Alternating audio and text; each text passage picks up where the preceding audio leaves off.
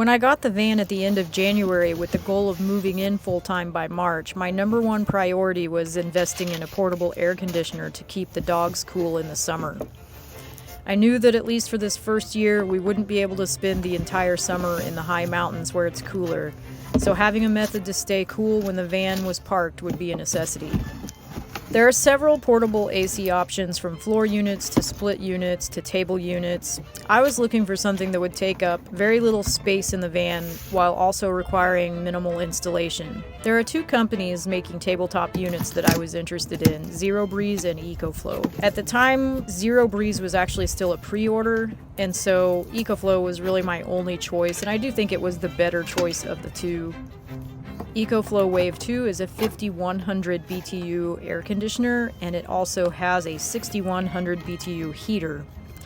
I don't ever use the heater function because I have a propane heater that I'm quite happy with, so I'm only going to be talking about the air conditioner in this video. With the EcoFlow Wave 2, the external battery must be on the unit in order to charge.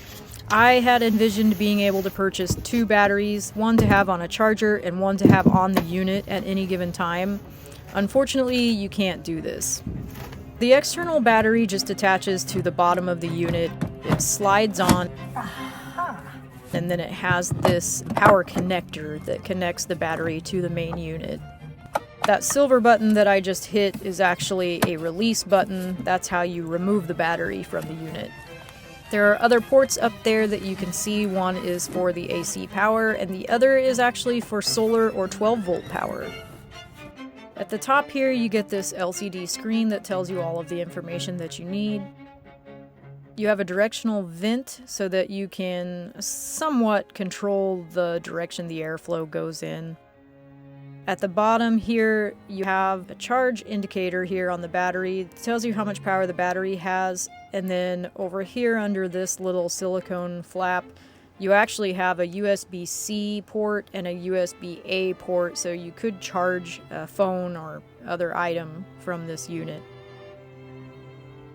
When you turn it on, it has this nice blue light on it. You actually can control that in the app, so you can turn it off, or you can only have it come on when you are turning the unit on or using the LCD screen. Up here you can see all of the indicators here. I have it on air conditioning and I have it on max flow. The fan is on high speed. These two icons up here have to do with drainage. The little cup tells you how much water is inside, and the next to it, it means that it's on auto drain mode. This number over here on the left is the ambient air temperature. The number in the center is the temperature that you have it set to cool to.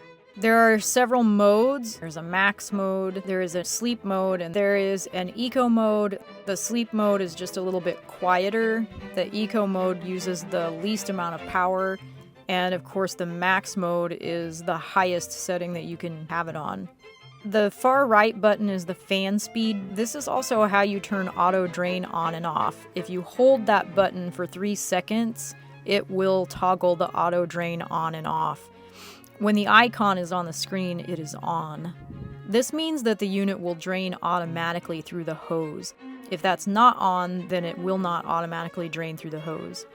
To turn it on, you simply press the power button. To turn it off, you press and hold the power button. If you're not careful, this thing will leak even with the hose attached and the auto drain on. So I have this little wooden cutting board on one side because currently I'm parked on a slant, and so I have that cutting board under there so that it doesn't leak water out. You can buy a tie-down strap as an extra, so I've mounted it to this table. This is where you connect the battery to the main unit. You just plug this power connector in. You really have to push on it to make sure that it's in there. Once you have the battery connected and it's charging, you'll see the lights flashing indicating that it's charging. There's a separate cable that you can purchase that plugs into that port that allows you to charge with solar or 12 volt.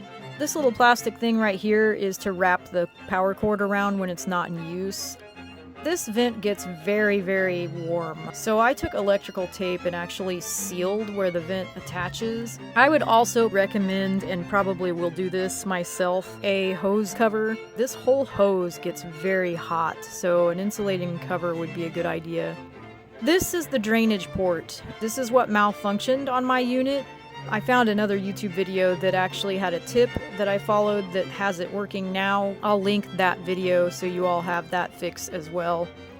So now I have this drainage hose going down to a 2-liter bottle, and it is actually draining now, which is fantastic. So finally the unit is working as it should. You can see that the dog's hair gets kind of trapped in this filter here, and I usually take my finger or a toothbrush or something and just try to clean that as often as I can. A little over a month ago, I started having issues with the drainage of this unit. It doesn't need to be drained unless the humidity is high, and so we just started having high humidity levels a few weeks ago. I think the documentation says above like 70% humidity, then the unit needs to be drained, but I started experiencing drainage issues at around 60% humidity. Water started leaking out of the base of the unit. Even with auto drain turned on, nothing was coming out of the hose. So I was having to take the entire unit, pick it up, and take it outside of the van and dump the water out 4 to 5, 6 times a day. And 1 to 2 times overnight, I'd have to get up and dump the unit. It was really, really kind of a pain.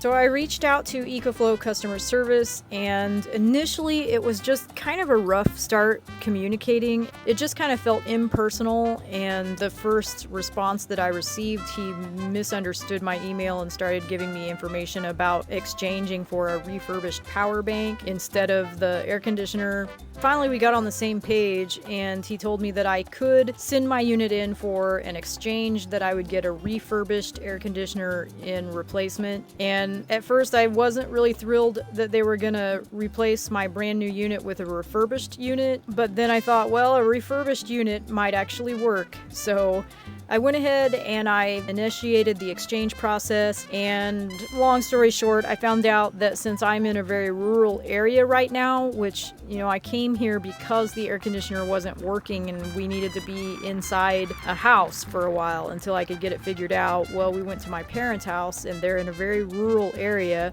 There aren't any shipping facilities near here. There's only drop-off locations. So in other words, you have to have your own packaging in order to ship things. And so I asked EcoFlow if they would allow me to wait until I received their refurbished unit, and then I could reuse their box and packing material to ship mine back. EcoFlow would not let me do that, however, so I went on YouTube and I did a search. I found someone else that was having the same exact issue, and he found a fix for it.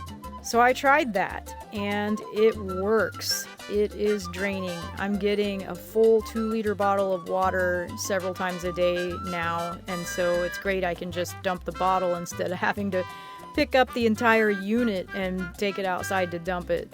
Given all that has taken place and the fact that it is working again, I would say I think this works if you're looking for a portable kind of tabletop unit. However, I would basically offer that recommendation with a strong warning that customer service leaves a lot to be desired, and that if you're in a rural area where you don't have anything but drop-off locations, keep your box and packing material in case you need to send it back. And also just be aware that, especially for a space that's not very well insulated and in very high heat, this is not going to work magic. It is not going to be like being in a house with central air. But if you are living in a vehicle and you need to have a method to cool the space, this does work. I don't recommend being in triple-digit heat and using a portable unit and expecting results.